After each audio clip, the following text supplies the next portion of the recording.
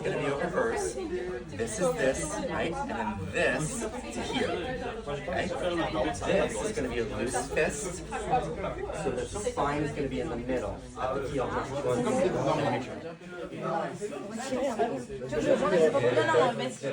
Here.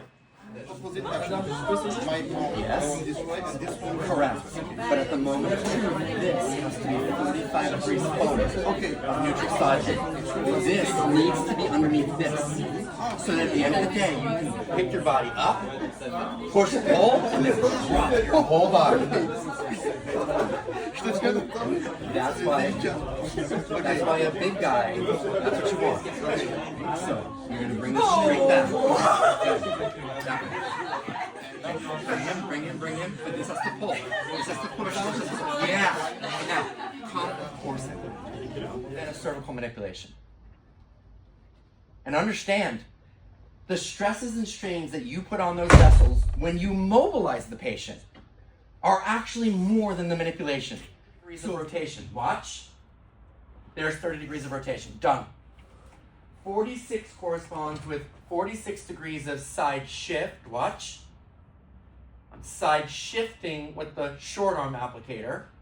At the same time, I'm going to side bend her head 46 degrees in the opposite direction. Watch this. That is side bend and side shift in the opposite directions. Her head still has not left midline. Look. That's 3 different levers. And 2 corresponds with 2 degrees of flexion or extension. If you're in the upper neck, you want 2 degrees of extension. Watch. This is extension. Here.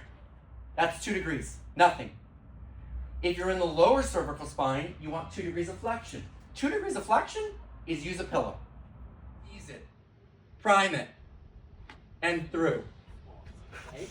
I do type 2 coupling, and I add lots of lumbar extension. That's how you do it. Right? It means that only the SI joint should move now. Okay? We go supermodel centerfold position. Right? And now, the thing to remember when it comes to the SI joint, once you set it up, now you take it apart. Watch. Take the top side arm and let it go that way. Take the top side leg and let it drop off the table. This is now the start position. Look what's happening here. Look at this. Look, here's the advantage. Gravity and the weight of her leg is already pulling the leg away from the sacrum. Gravity is pulling the innominate away from the sacrum, and that's what I want to crack. If this is the sacrum, and here we have the ilium, it's doing this, right? It's pulling it down. Most patients that have an SI joint problem, they feel this, and they're like, man, I think it's ready to go. I feel it. They're just freaking do it. That's what you want to hear. She's ready, right? Now I'm going to come on to the patient. But I'm going to put her leg in between my legs. Okay? My long arm applicator is now going to come into the axillary space like this. All I'm doing is adding some traction. My short arm applicator is not going to be like this.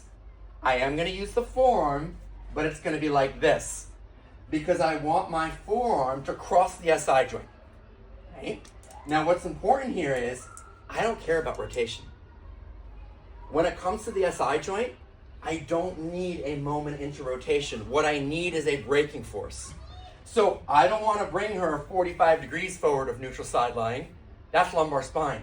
I want to bring her maybe 30 degrees forward of neutral side line so that I can break through the SI joint. Here I have my forearm, which is crossing it. Here I have some traction. Right? Now, at the moment of truth, I may add a little bit more traction here.